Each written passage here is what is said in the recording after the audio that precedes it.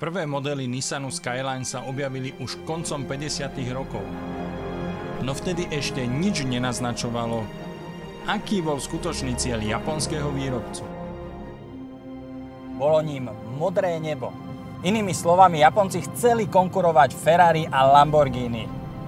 I keď sa musím priznať, že tie prvé pokusy boli smiešné. Prvým GTR bol model C10, ktorý mal pod kapotou 2-litrový 6-valec s výkonom 160 koní.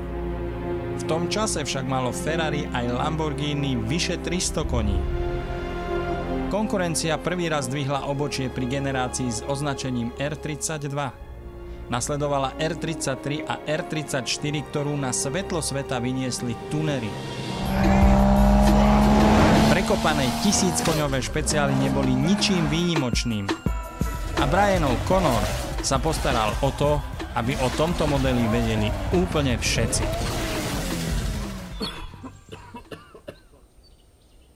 Korene Nissanu GTR siahajú do kategórie civilných aut. A práve preto je Nissan posadnutý detailami ako napríklad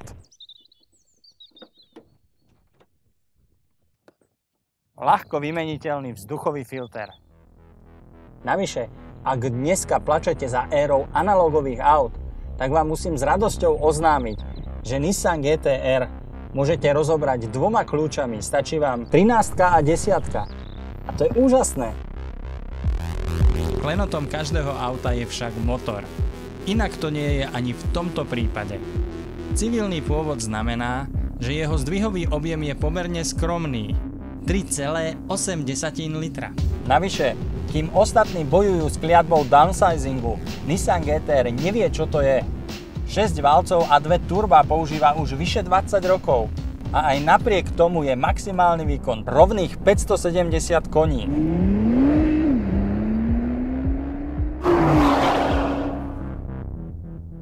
A keď sa pozriete na pozíciu motora, zistíte, že je umiestnený za prednou nápravou.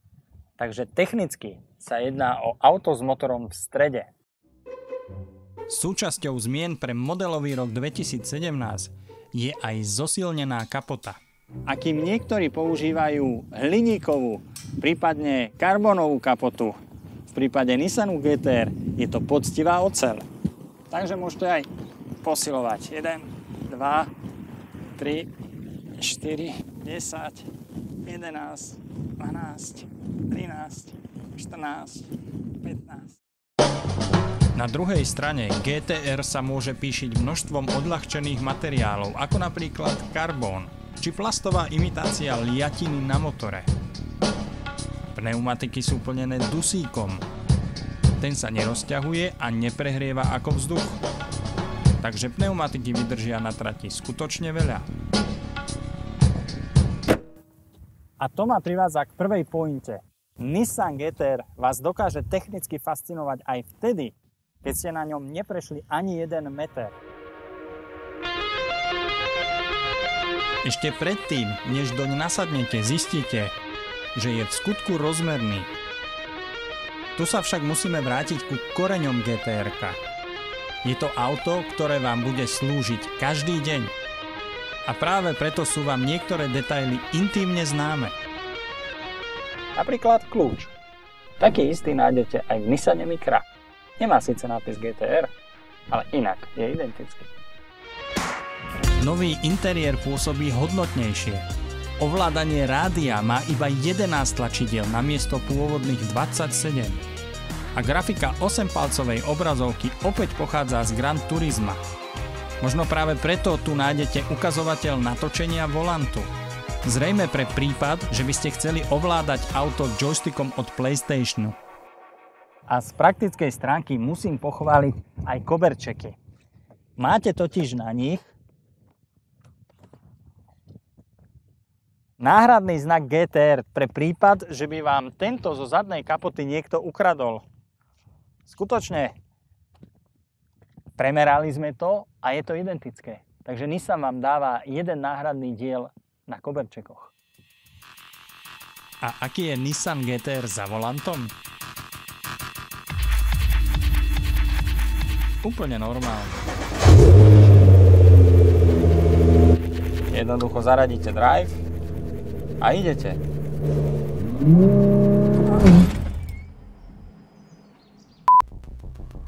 Jazda s ním nie je o nič komplikovanejšia ako jazda s Nissanom Micra.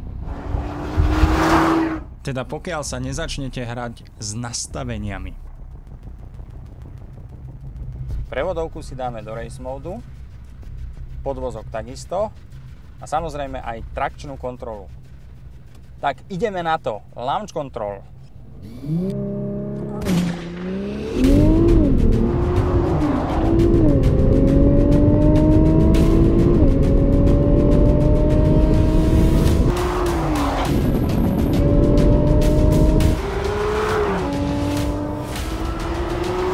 Zákruty na Slovakia Ringu zvláda GTR-ko rovnakými rýchlosťami ako napríklad Porsche 911 Turbo. Ale v tomto prípade sme boli na mokrom povrchu. Jedna z vecí, ktorá ma na Nissane GTR trošku štve, je, že svoje schopnosti predvádza bez náležitej show. Vôbec nemáte dojem, že idete rýchlo. Až kým sa nepozriete na tachometer.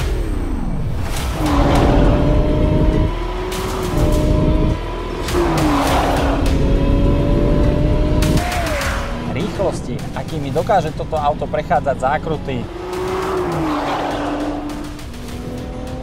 vám zoberú dých.